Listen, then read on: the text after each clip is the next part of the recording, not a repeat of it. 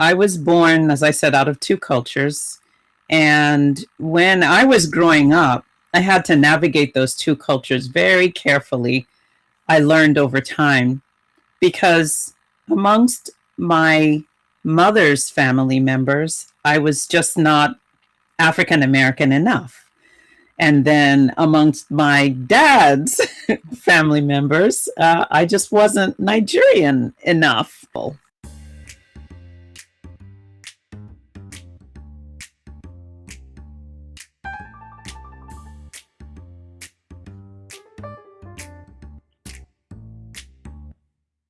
This is Chocolate and Coffee Break, a compassionate proposition, a space to share stories, bridge divides, and spark meaningful connections.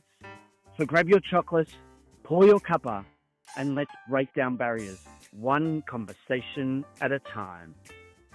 And now, here's your host, Andrea Pudding. Welcome to another episode of Chocolate and Coffee Break. So I hope you've got your chocolate and your favorite brew and you're ready to listen to another story. So today we have someone special, and some people seem to move easily between worlds and others are born right in the space in between. Today's guest grew up navigating two cultures that looked similar on the outside but felt very different on the inside. And from that experience, she didn't just learn how to understand people, she became someone who brings them together. So welcome to Morenike Ogebe. Welcome, Morenike. Yeah. Thank you, Andrea. It's great to be with you. I'm looking forward to having a conversation with you today. I like to start the show with a heart-opening question. So my question today is, what's something people often misunderstand about your background or worldview? It's interesting to have lived between two worlds as you defined me. And I think people often misunderstand the fact that because I come from two cultures that are physically Black, that they think that there will be a lot of similarities between them. But that's not the case. I have one parent who is African-American, Black African-American. And then I have another parent who is Nigerian American, also Black and Nigerian American. So I would say that's probably the most misunderstood thing about me. Yes, and I'm sure we'll talk some more about that. But you call yourself a bridge builder. So I want to know, where did this really start for you? I think bridge building really started when I was born, Andrea. I was born, as I said, out of two cultures. And when I was growing up, I had to navigate those two cultures very carefully. I learned over time because amongst my mother's family members, I was just not African-American enough. And then amongst my dad's family members, I just wasn't Nigerian enough. And so because I was born in that space of always having to kind of carefully tread and understand both sides and be able to speak the language of both sides to each other and introduce African Americans to Nigerians and Nigerians to African Americans, I became that person who learned how to be relatable. And that's really how I became the bridge builder. And from there, it just sort of grew as I matured into many different other avenues of kind of sharing my life and learning how to explain to people who I was, what my identity was. That I wasn't really this or that, but I was just me. And I had to be okay with that. That took time. So that's really where it started. It's been a challenge as a child, especially a small child, to have to navigate between Well, this is how I need to be when I'm with my mother's family. This is how I need to be when I'm my father's family. What was that like? It was very frustrating, I would say, growing up the way I did, because I never quite fit in. And the funny thing about not fitting in is that soon enough, I think, as you grow up, you become a little bit more resilient, right? And you become more flexible. But as a child, I would have to say it was just very frustrating. Because people would ask me, "How do you say your name?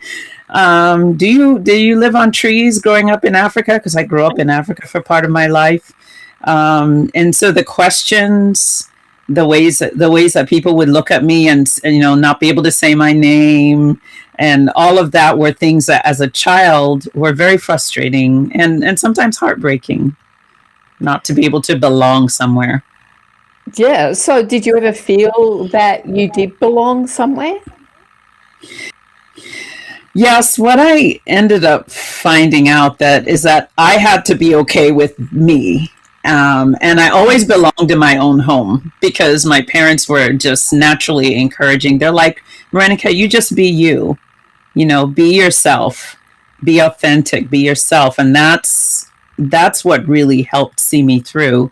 And in addition to that, my faith, growing up in the Christian faith, I found my faith was a place of comfort for me as well. In addition to, just my own family, my parents, and my siblings were a comfort to me as well. How did you interact with? I'm just thinking you have friends, whether you were living in Africa or living in America, and they would then they would come to your home and go, "Wow, this is different." How did you navigate that space? That was interesting, having friends on either side. I think I was very self-conscious at first because the food we ate wasn't exclusively like Nigerian, right? My mom would always blend different types of food together. So she would make spaghetti sometimes and pancakes sometimes, but then other times we would have like what we call pounded yam or eba, which is in my dad's Yoruba culture. And we would have red stew, also part of Nigerian culture, but it wasn't known in American culture. So at events, at big, parties, Thanksgiving Day and things like that, would be a blend of foods. And that's how we introduced people to kind of who we were and how I became comfortable, introducing people to different foods and different pieces of who I was. But yeah, it was a little odd. So what were some of the the things that you really enjoyed about having the two cultures in your family life?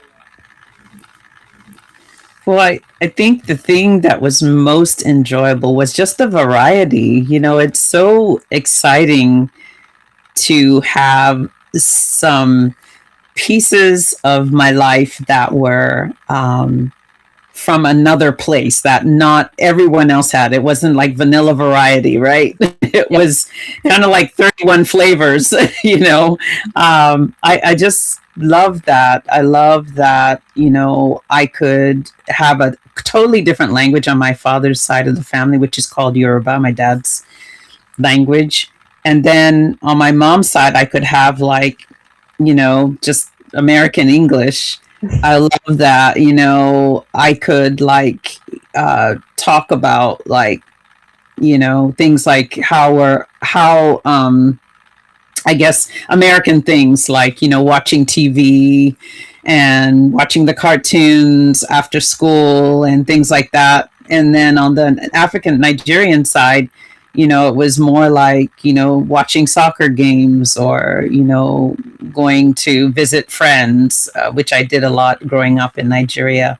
So I love that variety, and the places were so different. The stories my parents would tell were so different. They grew up so differently. And I love that. I love the variety. Yeah. There's something really powerful in that, growing up in a space in between. So now we're going to take a quick chocolate break for me. and see who's sponsoring the show to help make this happen. And while we do, why not subscribe, like, and comment on the show?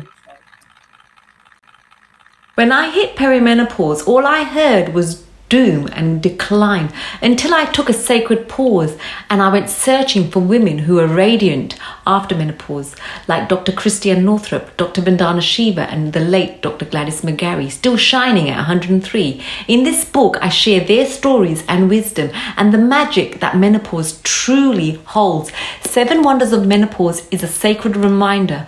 You're not ending, you're returning. Available at independent bookshops in Australia and Amazon around the world. So we're here today with Morenike, and we're talking about her living between two worlds. So it's an interesting experience. So a question I have now is, when did this become something bigger for you? So you've lived this life as a child, and now as an adult, where did it take you? I think as you mature in life, things just sort of start becoming more alive to you, and you become more aware of yourself. I think more aware of your identity, more certain about the direction you want to go in life, just from having so many different experiences. So I would say things started to kind of coalesce when I started working. In my first few jobs that I had, I started doing things like working with people, working with employees in employee associations. And then I began planning programs for them and employee engagement. And then I went into programming and managing programs where I had to work with lots of teams. And in that process, I found the skill set that I love the most, which is being with people and helping people to work together.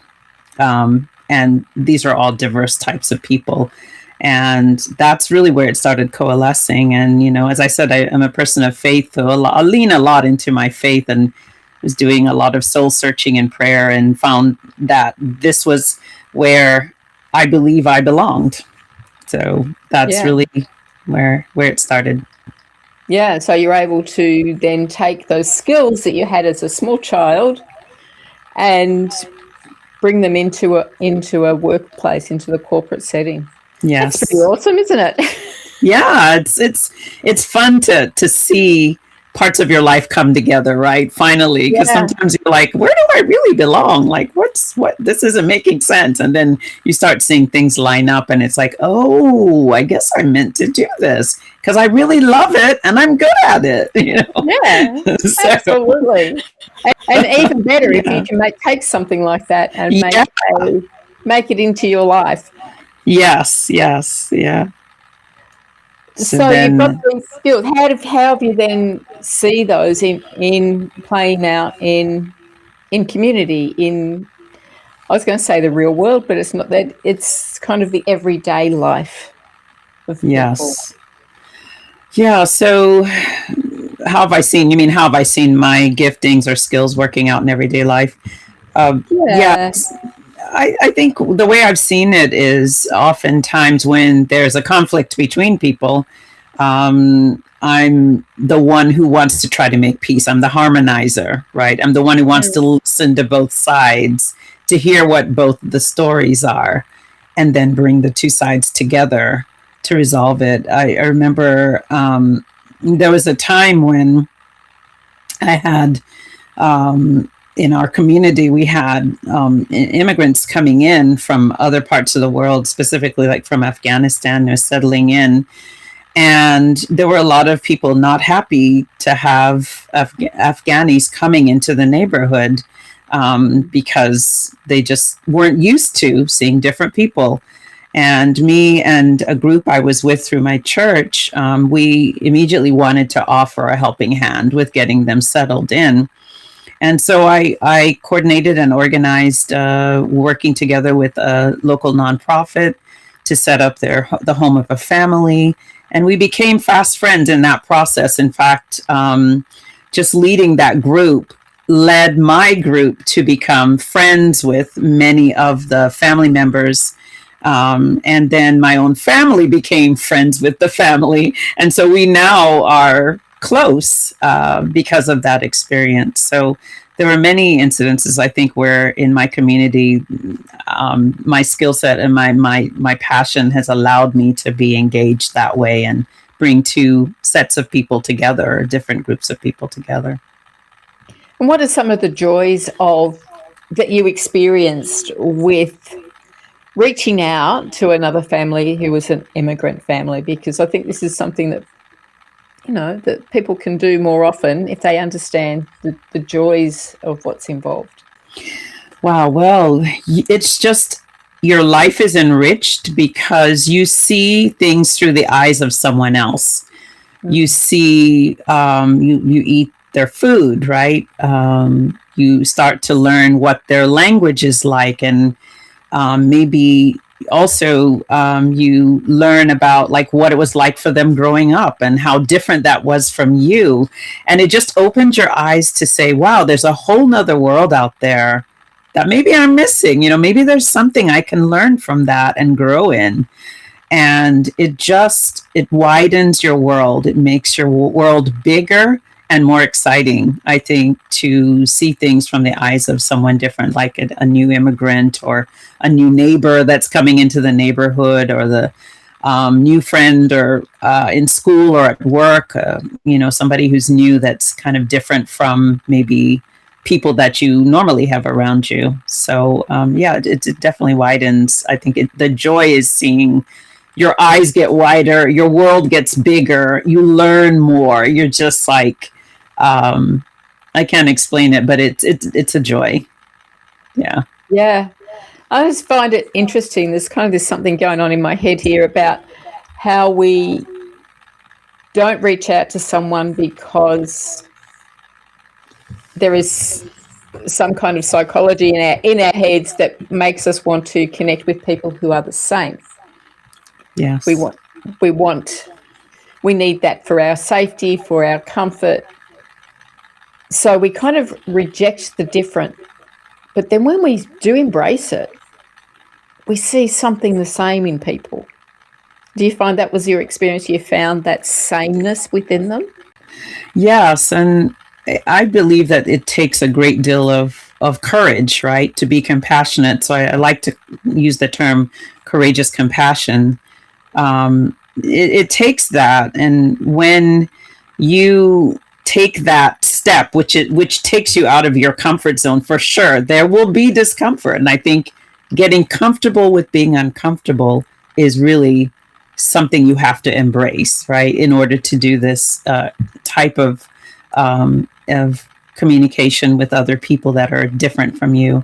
It ends up being builds in you a resilience. It builds in you greater compassion. And greater courage, greater boldness, I think, to do new things and try new things when you start taking those steps beyond the comfortable. Yeah, and when we can see the sameness, then we can really delight in the difference, delight in the diversity, and celebrate that. But we have to see that something in us has to find that sameness first. It's really interesting thing to think about. Yes. So let's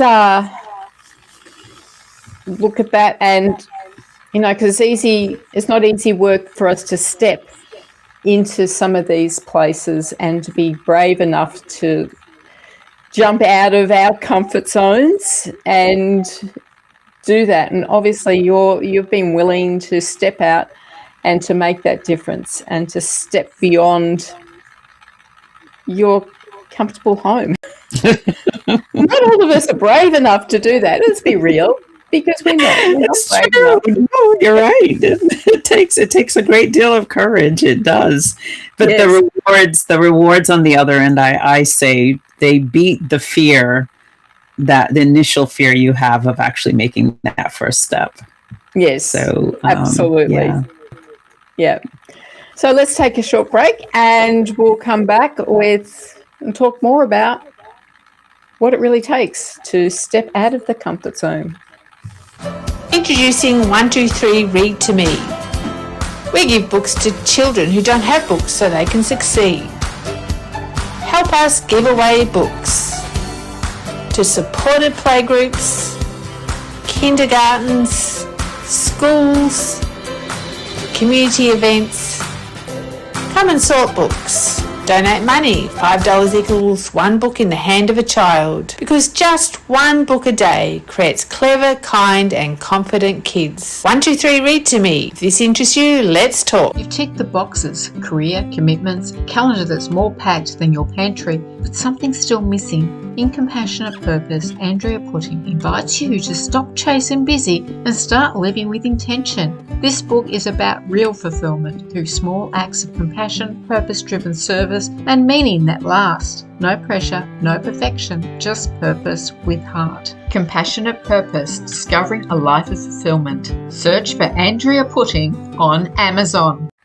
And we're here today with Morenike, and we're talking about courageous compassion.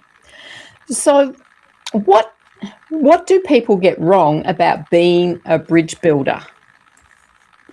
I think people think that it means that you're a pushover, right? That you're trying to, you're basically trying to, stand on both sides of an issue. You're not taking a stand.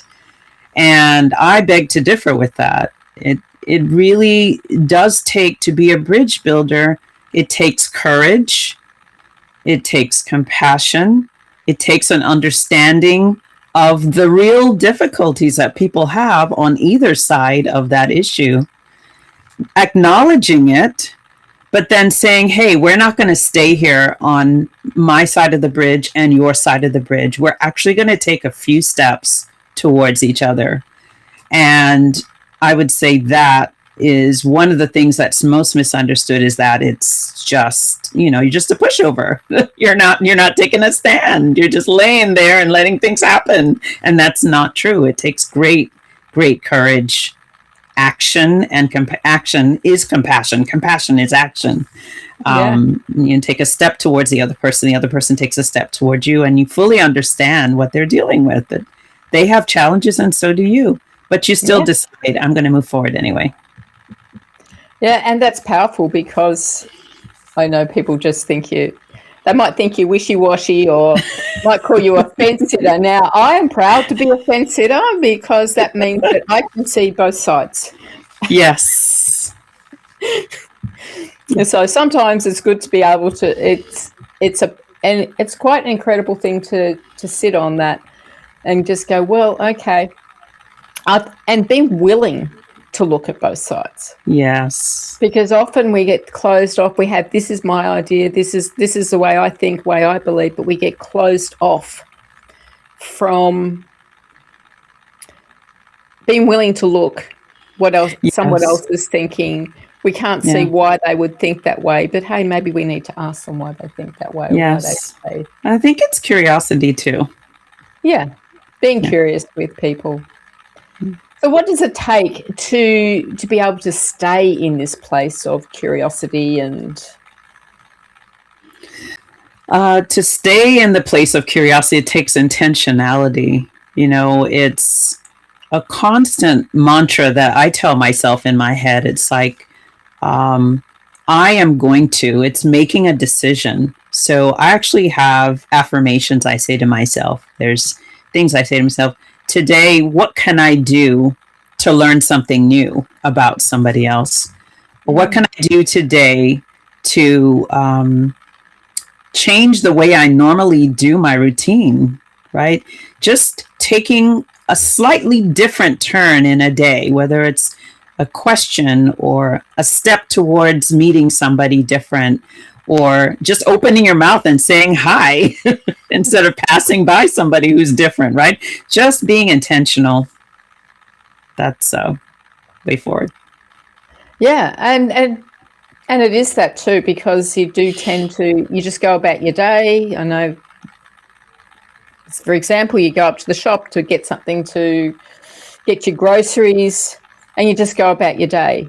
So sometimes you just got to go, stop. you see something, and instead of just going on, you stop and say hello, or like you said, be curious about somebody. I mean, that's a big thing for us, to have that curiosity in who we are and what we're doing. Yes. And what do you think people can, is there something that they can do to help them to be that? Yes, I would say curiosity, it really starts with, I think it's an internal thing, but it starts with just things like reading a book from somebody who maybe is different from you.